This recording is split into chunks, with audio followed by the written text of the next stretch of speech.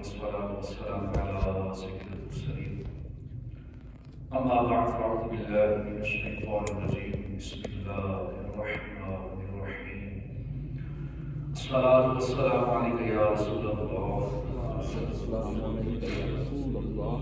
وعلى آلك وصحابك يا حبيب الله.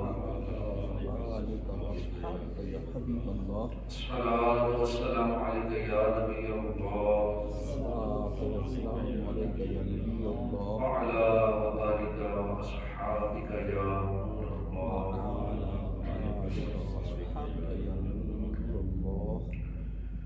نويت سنة الاعتكاف.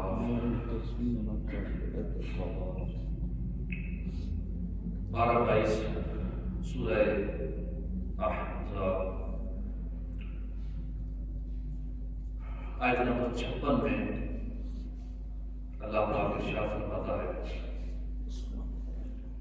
ان اللہ وملائکتہ یصلون علی النبی یا ایھا الذین آمنوا صلوا علیہ وسلموا تسلیما. بے شک اللہ اور اس کے فرشتے درود بھیجتے ہیں اس غیب بتانے والے نبی پر. اے ایمان والوں ان پر خوب درود اور سلام بھیجو. حافظ صحابی فرماتے ہیں یہ آیت درود مدنی ہے. اس آیت کریمہ میں اللہ نے اپنے بندوں کو اپنے حبیب کی شان بتائی کہ آپ صلی اللہ علیہ وآلہ وسلم وہ بلند شان والی ہستی ہیں کہ جن پر فرشتے بھی درود بھیجتے ہیں. پھر اللہ پاک نے عالم سفلی یعنی زمین پر بسنے والے عالم سفلی کو حکم فرمایا کہ وہ بھی آپ پر درود و سلام بھیجیں تاکہ نیچے والی مخلوق اور اوپر والی مخلوق ساری مخلوق کی صدا آپ صلی اللہ علیہ وآلہ وسلم پر جمع ہو جائے. کعبے کے بدر الدجا تم پہ کروڑوں درود، طیبہ کے شمس الضحا تم پہ کروڑوں درود. ذات ہوئی انتخاب، وصف ہوئے لاجواب، نام ہوا مصطفیٰ تم پہ کروڑوں. صلو علی الحبیب صلی اللہ تعالی علی محمد صلی اللہ علیہ وآلہ وسلم. پیارے اسلامیوں، ترتیب کے لحاظ سے قرآن پاک کی پہلی سورت سورہ فاتحہ ہے. اس میں 1 رکوع 7 آیتیں 27 الفاظ ہیں اور 140 حروف ہیں. جو اس سورت کو پڑھے گا ایک حرف پہ 10 نکل ملتی ہے. 140 حروف اس نے پڑھ لی. 140 کو 10 سے ملٹیپلائی کریں تو دیکھ لیں کتنا ثواب. 1400 نکل.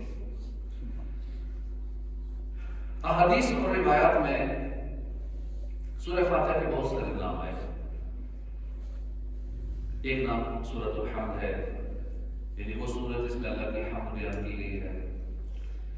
اسے ام الکتاب بھی کہتے ہیں، ام القرآن بھی کہتے ہیں. علماء فرماتے ہیں کہ اللہ پاک نے انبیاء کرام پر جتنے صحیفے نازل فرمائے اور جتنی بھی آسمانی کتابیں نازل فرمائیں، ان تمام صحیفوں، ان تمام آسمانی کتابوں کا جو مضمون ہے وہ سارا قرآن پاک ہے. اور پورے قرآن کریم کے جتنے مضامین ہیں سارے سورہ فاتحہ کے اندر ہیں. سب کا خلاصہ، پورے قرآن کا خلاصہ سورہ فاتحہ کے اندر بیان کر دیا. اس لیے اس سورت کو ام القرآن کہتے ہیں. اس سورت کا ایک خوبصورت نام سورۃ الشفا بھی ہے. سرور عالم نور مجسم صلی اللہ علیہ وآلہ وسلم نے فرمایا فاتحۃ الکتاب شفاء من کل داء. سورہ فاتحہ ہر مرض کا علاج ہے. اس سورت کا ایک نام سورہ رقیہ بھی ہے، یعنی دم والی سورت جس کو پڑھ کر دم کیا جاتا ہے. ہمارے پیارے آقا صلی اللہ علیہ وسلم خود دم فرمایا بھی کرتے تھے اور صحابہ کو اس کی تعلیم دیتے تھے. دم سکھاتے تھے. تو آج کہتے ہیں دم نے کیا رکھا ہے, درود وظیفے یہ سب وظیفے کچھ نہیں ہوتا, تعویذات سے کچھ نہیں ہوتا. کہاں دم ثابت ہے؟ اس طرح کی باتیں کر کے لوگوں کا ذہن خراب کر. دم میں بہت کچھ ہوتا ہے, دم والے کے دم میں دم ہونا چاہیے. ایک مرتبہ ایک صحابی نے بچھو کے کاٹنے پر سورہ فاتحہ پڑھ کے دم کر دیا, اللہ نے شفا دی. ایک صحابی کی قبیلے میں ایک شخص پاگل ہو گیا, اس کو لوگوں نے زنجیروں سے باندھ کے رکھا ہوا تھا. اس پر 3 دن صبح شام 3 مرتبہ سورہ فاتحہ پڑھ کر دم کیا گیا, وہ ٹھیک ہو گیا. پاگل شخص ٹھیک ہو گیا. اللہ پاک آخری نبی صلی اللہ علیہ وسلم نے فرمایا کہ جس نے سورہ فاتحہ 1 مرتبہ پڑھی وہ ہے اس نے 2/3 قرآن پڑھ لیا. حضرت انس بن مالک رضی اللہ عنہ سے روایت ہے, سرور دو عالم نور مجسم صلی اللہ علیہ وآلہ وسلم نے فرمایا کہ انس,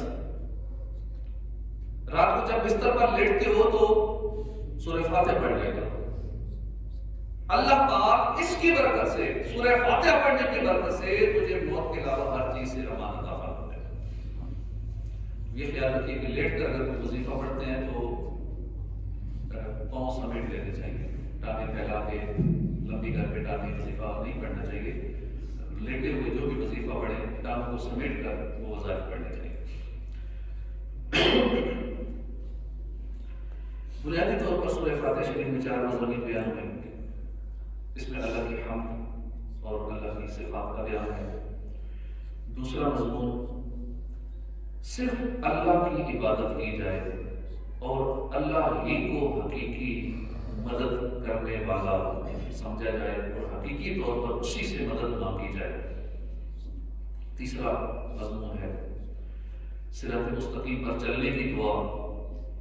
چوتھا مضمون ہے کہ صراط مستقیم یعنی سیدھا راستہ جس پر ہم چلنے کی دعا کرتے ہیں وہ راستہ ہوتا کون سا ہے؟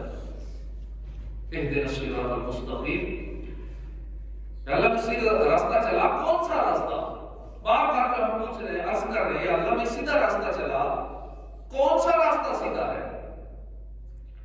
کسی عاشق رسول نے سورہ فاتحہ کو اشعار کی صورت میں اس کا ترجمہ یوں کیا ہے کہ حمد کے لائق ہے یا رب تیری ذات, تو ہے خالق اور رب کائنات, سب کا مالک اور رحمان الرحیم, کتنی پیاری ہے تیری صفات.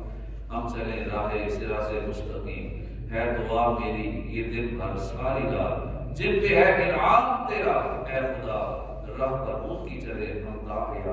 اور جو مغضوب ہے گمراہ ہے ان سے ہم کو دور رکھ اور دے جا. سورہ فاتحہ کی پہلی آیت الحمدللہ رب العالمین, سب خوبیاں اللہ کی جو سارے جہان کا مالک. اس آیت کریمہ کا پہلا حصہ الحمدللہ, بظاہر یہ چھوٹا سا جملہ ہے لیکن اس کے اندر ایک سمندر موجود ہے. علماء کرام نے صرف الحمدللہ اس ایک لفظ کے 40 معنی بیان فرمائے. آئیے اس کے ہم صرف 2 معنی وقت کی قلت کے سبب جتنا ہو سکتا اتنا سنیں گے. پہلا مطلب ہے کہ ہر تعریف اللہ کی, خواہ کوئی بھی کرے, کسی وقت بھی کرے, کسی حال میں بھی کرے, کسی مقام پر کرے, کسی حالت میں کرے, ہر طرح کی تعریفات ہمیشہ کے لیے, ہمیشہ سے ہمیشہ تک اس کا حقیقی مستحق اللہ تعالیٰ.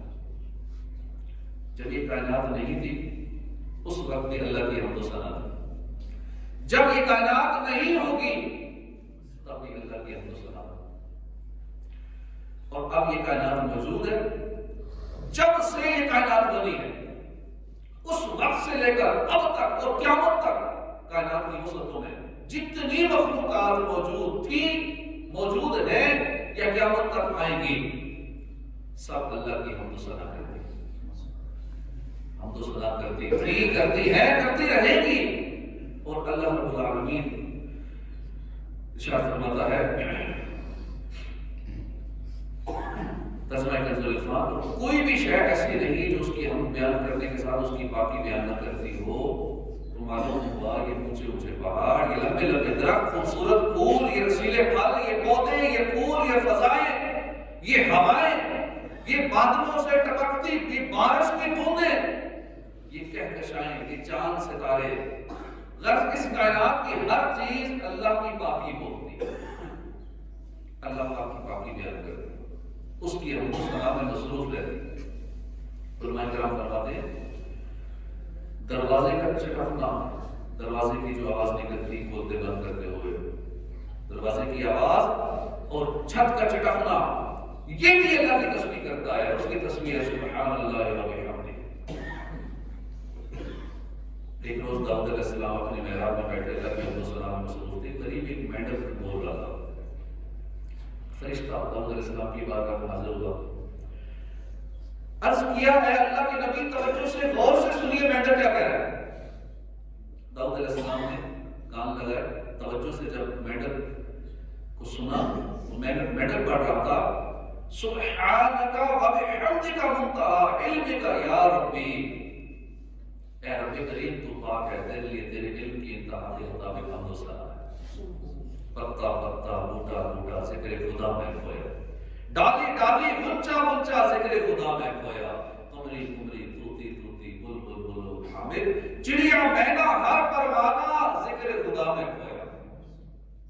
صوفیہ کرام فرماتے ہیں حمد کا معنی ہے اظہار و کمال المحمود، یعنی کسی کے کمال کا اظہار کرنا۔ اس لحاظ سے اگر کوئی مخلوق مثلا انسان کسی وقت زبان سے اپنے رب کی حمد نہ بھی کر رہا ہو، پھر بھی انسان کا وجود اللہ کی خاموش حمد کر رہا ہے۔ پانی کے ایک ننھے سے قطرے سے ایک جیتا جاتا، ایک چلتا پھرتا انسان، قدرت کا کمال نہیں تو کیا ہے؟ ہم اپنے ماضی پہ غور کریں نا، کیسے پیدا ہوئے؟ ہر شخص اپنی پیدائش پہ غور کرے، ایک پانی کا قطرہ، اس قطرے میں بھی کروڑوں قسم کی وہ جو چھوٹے چھوٹے سیلز ہوتے ہیں، ان میں بھی باقی سارے مر جاتے ہیں، ایک بچتا ہے جس میں سے ہم پیدا ہوئے۔ پانی کے ایک قطرے سے پیدا ہونے والا یہ جیتا جاگتا چلتا پھرتا عقل و شعور والا انسان پیدا کر دینا، یہ اللہ کی قدرت کا کمال نہیں تو کیا ہے؟ اس کی حمد کیوں نہ کی جائے؟ انسان چاہے زبان سے بولے نہ بولے، زبان سے حمد کرے نہ کرے، انسان کا ہر عضو سوچنے سمجھنے کی یہ جو صلاحیت ہے، طاقت ہے، یہ دھڑکتا ہوا دل ہے، یہ دیکھنے کی جو سننے کی طاقتیں ہیں، کان، سننے والے کان، یہ چلتی ہوئی زبان، ہر انسان کا رواں رواں زبان حال سے یہ پکار کر کہہ رہا ہے پاک ہے وہ ذات جس نے پانی کی بوند کو عقل و شعور والے انسان بنا دیا۔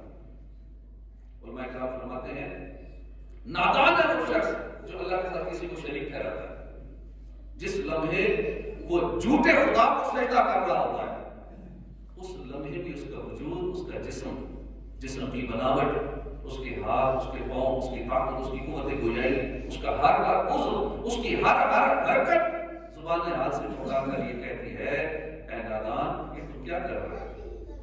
تیرا خالق تو بڑا بے نیاز ہے، تیرا خالق تو بڑی قدرتوں والا ہے، اگر تو اسے پہچان لیتا، تو اپنے رب کریم کو پہچان لیتا تو ان کے آگے سجدہ نہ کرتا، ان بتوں کو نہ پوچھتا۔ غرض شرک کی حالت میں بھی غیر اختیاری طور پر انسان اللہ کی حمد کر رہا ہوتا ہے۔ کوئی ایسی شے نہیں جس میں تیری قدرت نہ ہو، ذرہ ذرہ تیری خلقت میں ہے بے حد شاندار، لائق سجدہ ہے تیری ذات، یہ ایمان ہے، ماں سوا تیرا نہیں ہے کوئی میرا کردگار۔ الحمدللہ کا دوسرا جو مطلب ہے جو علماء کرام نے بھی ہمارا بیان فرمائے ہیں وہ یہ کہ خاص حمد ہے جس کا مالک اور مستحق ہمیشہ سے اس کا مستحق اللہ ہی ہے، اللہ ہی اس خاص حمد کا مستحق ہے۔ ویسے اس کے حمد و ثنا کرنے والے بے شمار ہیں، کافر بھی حمد کرتے ہیں، مشرک بھی حمد کرتے ہیں، بد مذہب بھی حمد کرتے ہیں، لیکن اللہ پاک ہر ایک کی حمد قبول نہیں فرماتا۔ وہ حمد کون سی ہے جو اللہ قبول فرماتا ہے؟ علماء فرماتے ہیں کہ یہ وہ حمد ہے کہ جو اللہ کے محبوب نے ہمیں بتائی ہے وہ حمد قبول ہوتی ہے، اس حمد کو اللہ قبول فرماتا ہے جو اللہ کے محبوب کے بتائے سے آپ کی مدد کرتی ہے۔ صرف یہی حمد اللہ کے حمد قبول ہے۔ کافر اگر اللہ کی حمد کرے تو ان کی حمد مقبول نہیں، مشرک تعریف کرے تو قبول نہیں ہے۔ اسی طرح جو محبوب دو جہان صلی اللہ علیہ وسلم اور دیگر نبیوں کے بتائے ہوئے طریقے سے حمد کرتا ہے اللہ کو حمد قبول فرماتا ہے۔ لہذا جس نے اللہ کی حمد کرنی ہے وہ پہلے محبوب خدا کی غلامی کا پٹا اپنے گلے میں ڈالے، پھر اللہ کی حمد کرے، پھر قبول ہو۔ پیارے اسلام، یہ تو دو معنی ہم نے بیان کیے سنے۔ اب یہ سیکھتے ہیں کہ قرآن کریم کی اس پہلی آیت کے ایک حصے سے ہمیں کیا سیکھنے کو ملا۔ الحمدللہ، آج ہم الحمدللہ کے موضوع پہ کلام سن رہے ہیں۔ اس آیت کے تقاضوں پر ہم نے عمل کیسے کرنا ہے؟ مطلب سن لیا، کچھ اور باتیں سن لی اس حوالے سے۔ پہلی بات، اللہ ہر عیب سے پاک ہے۔ اس میں جو ہمیں بات سیکھنے کو ملی وہ یہ ہے کہ اللہ ہر عیب سے پاک ہے، اسی لیے تو وہ تعریف کا مستحق ہے، اس میں عیب ہی نہیں۔ لہذا ہم پر لازم ہے کہ ہم یہ عقیدہ رکھیں، ہم یہ اللہ کے بارے میں یہ کنسپٹ رکھیں کہ اللہ پاک ہر برائی سے، ہر عیب سے، ہر نقص سے پاک ہے، ہم اس کو مانیں۔ کسی ادنا سی ایسی چیز جس میں نقص ہو، نقص والی کوئی عیب والی بات اللہ کی طرف اس کی نسبت نہ کرے۔ لیکن دینی معلومات نہ ہونے کی وجہ سے بعض نادان اللہ کی شان میں ایسے جملے بک دیتے ہیں، ایسی گستاخیاں کر دیتے ہیں جو دائرہ اسلام سے خارج کر دیتے ہیں۔ مثلا روزمرہ روٹین میں بہت سارے کفر کلمات بولے جاتے ہیں۔ شرارتی بچے کو کہتے ہیں فلاں کو پیدا کر کے اللہ بھی پچھتا ہوگا، معاذ اللہ۔ اب پچھتانا عیب ہے اور اس عیب کو اللہ کی طرف نسبت کی جا رہی ہے۔ اسی طرح کوئی زبان دراز ہو، بہت زبان چلاتا ہے، اس کے متعلق کہتے ہیں تیری زبان کا مقابلہ تو خدا بھی نہیں کر سکتا۔ کفر یا جملہ ہی، کلمہ کفر ہے۔ کوئی بہت چالاک ہو، کہتے ہیں یہ اتنا چالاک ہے اللہ کو بھی دھوکہ دے دے۔ اب دھوکہ کھانا یہ عیب ہے، اس عیب کی نسبت اللہ کی طرف کر ہے، یہ کفر یا کلمہ۔ بعض اوقات کسی کو نیکی کی دعوت دی جاتی ہے، بڑی بے باکی کے ساتھ کہہ دیتے ہیں کہ چھوڑو یار اپنا کام کرو، ہم خود اللہ سے نپٹ لیں، معاذ اللہ۔ یہ کفر یا کلمہ استغفر اللہ۔ اس طرح کے بہت سارے اور کفریہ کلمات ہیں جو لوگ بے دھڑک بولتے ہیں، غور کیجئے۔ جسے اپنے فیصلوں پر پچھتانا پڑے، جو اپنی بنائی ہوئی مخلوق کے سامنے عاجز ہو، مقابلہ نہ کر سکے، جو اپنی مخلوق سے ناواقف ہو، مخلوق سے دھوکہ کھا جائے، کیا وہ تعریف کے لائق ہوتا ہے؟ ہمارا رب تو ایسا نہیں، ہمارے اللہ کی شان تو ایسی نہیں، وہ تو ہر نقص سے پاک ہے، سب تعریفیں اسی کی ہیں۔ لہٰذا یہ پہلی آیت قرآن پاک کی الحمدللہ یہ تقاضا کرتا ہے کہ ہم ہرگز اللہ کی طرف کسی بھی نقص یا عیب کی نسبت نہ کریں۔ اس کے لیے امیر اہل سنت حضرت علامہ مولانا محمد الیاس سردار قادری دامت برکاتہ مولانا کی کتاب ہے کفریہ کلمات کے بارے میں سوال جواب، اس کا مطالعہ بہت ضروری ہے۔ اس کتاب کو پڑھیں، نیٹ سے فری ڈاؤن لوڈ کر لیں، dawat-islami.net سے فری ڈاؤن لوڈ کریں، اس کا مطالعہ کریں۔ روزمرہ جو جملے کفریہ کلمات بولے جاتے ہیں اس حوالے سے اس کتاب کے اندر بہت ڈیٹیل سے معلومات۔ دوسری بات جو اس آیت سے ہمیں پتہ چلی، الحمدللہ، قرآن کریم کی اس آیت سے جو مدنی پھول دوسرا ہمیں ملا وہ ہے حب مدح، خواہش کی تعریف کی خواہش، مدح کی خواہش، ہماری کو تعریف کرتا رہے، بس ہمیں کو مکھنا لگاتا رہے، تعریفیں ہی کرتا رہے، بڑا مزہ آتا ہے۔ کوئی اگر جب تعریف کرتا ہے نا، تعریف کی خواہش کرنا، اس سے بچنا چاہیے۔ ہم پڑھتے ہیں نا الحمدللہ، جب ہم کہتے ہیں تمام تعریفوں کا مالک اللہ ہے اور مستحق بھی اللہ ہے، تو جب سب تعریفوں کا مستحق اللہ پاک ہے تو ہم تعریفوں کی مستحق نہ رہے، تعریف کی خواہش کیوں کریں؟ ہم کوئی اچھا کام کر بھی لیتے ہیں، اس پر تعریف اللہ کی ہونی چاہیے۔ مثلا اللہ نے ہمیں یہاں آنے کی توفیق عطا فرمائی، نماز جمعہ کے لیے آ گئے، جو جتنا جلدی آیا وہ اتنا زیادہ ثواب کا حقدار ہوا، اتنا خوش نصیب ہے، زیادہ علم دین کی باتیں سن لی۔ الحمد شریف کا جو الحمدللہ ہم نے اس کی ترجمہ تفسیر ڈیٹیل سن رہے ہیں، اس نے زیادہ سن لیا، نماز کے لیے آ گئے، نماز کی توفیق بھی اللہ پاک دے گا۔ ہم نماز ہم نے پڑھی، توفیق کس نے دی؟ اللہ پاک۔ ہم نے وضو کیا، وضو کے لیے پانی کس نے دیا؟ وضو کی توفیق کس نے عطا فرمائی؟ اللہ پاک۔ اپنی بارگاہ میں جھکنے کے لیے پیشانی کس نے عطا فرمائی؟ اللہ پاک۔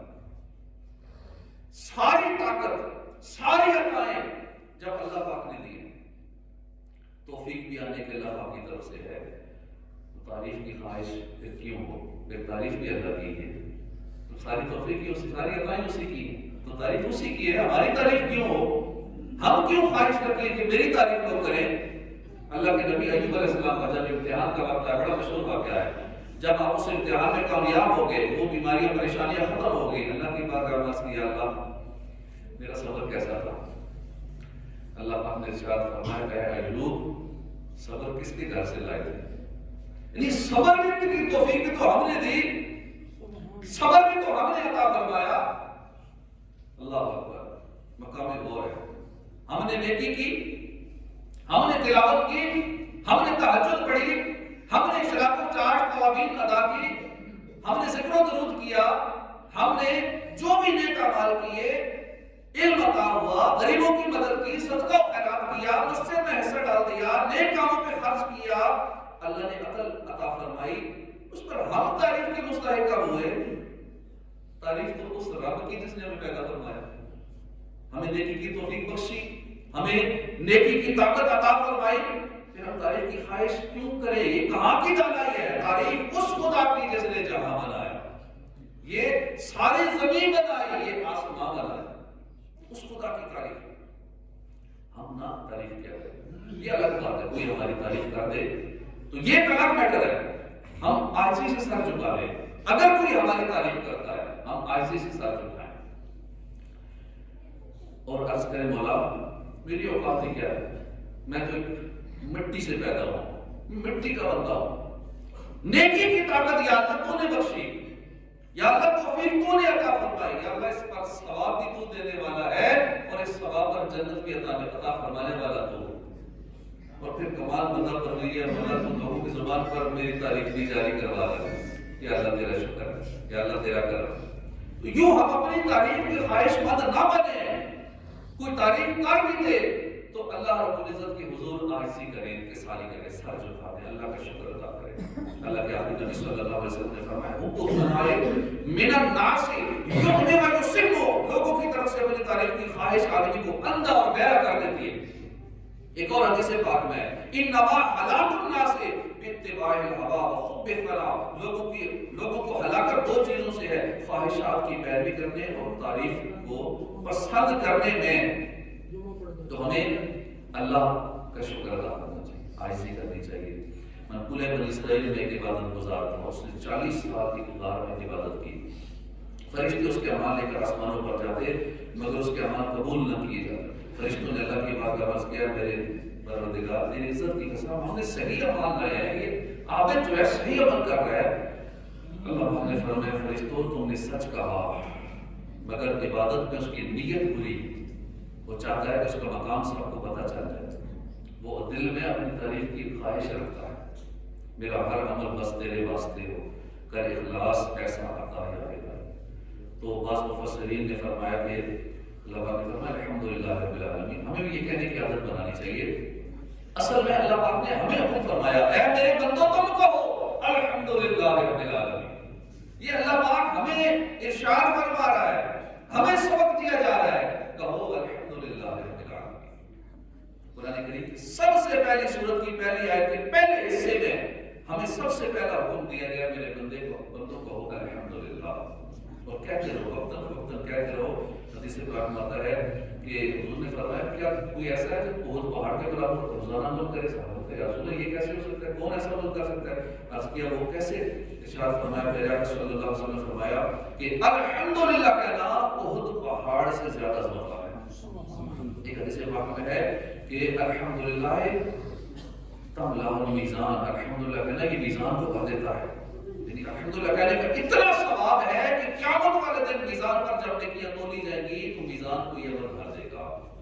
سبحان اللہ۔ حدیث پاک میں بندے نے کہا یا رب لک الحمد کما ینبغی لجلال وجهک وعظیم سلطانک، کرام الکاتبین اس کا ثواب نہ جان سکے، اللہ کی بات کا عرض کیا، اللہ اس نے جملہ ایسا کہہ دیا ہے، اس کا ثواب ہم کیا لکھیں؟ اللہ پاک نے ارشاد فرمایا کہ فرشتوں بس یہ جملہ ہی لکھ دو، اس کا ثواب قیامت والے دن میں خود دے دوں گا۔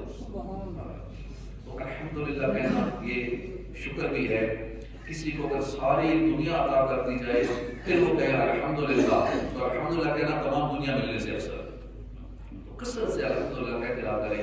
وہ حال پوچھے الحمدللہ رب العالمین علی کل حال، کیسے ہیں آپ؟ الحمدللہ، اللہ کا شکر ہے. الحمدللہ الحمدللہ کہنے کے جنت میں درخت لگا دیا جاتا ہے. آج کا یہ سبق لے کے جائیں کہ ہم نے اپنی زبانوں پہ الحمدللہ ہی کہنا ہے.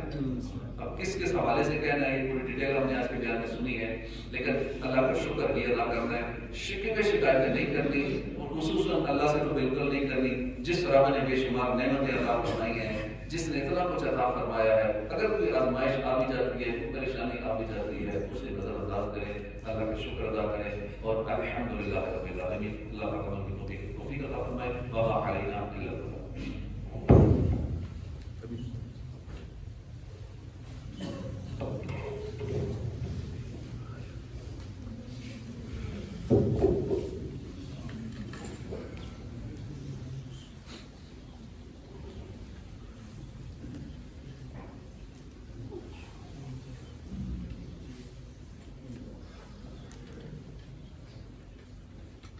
Mm-hmm.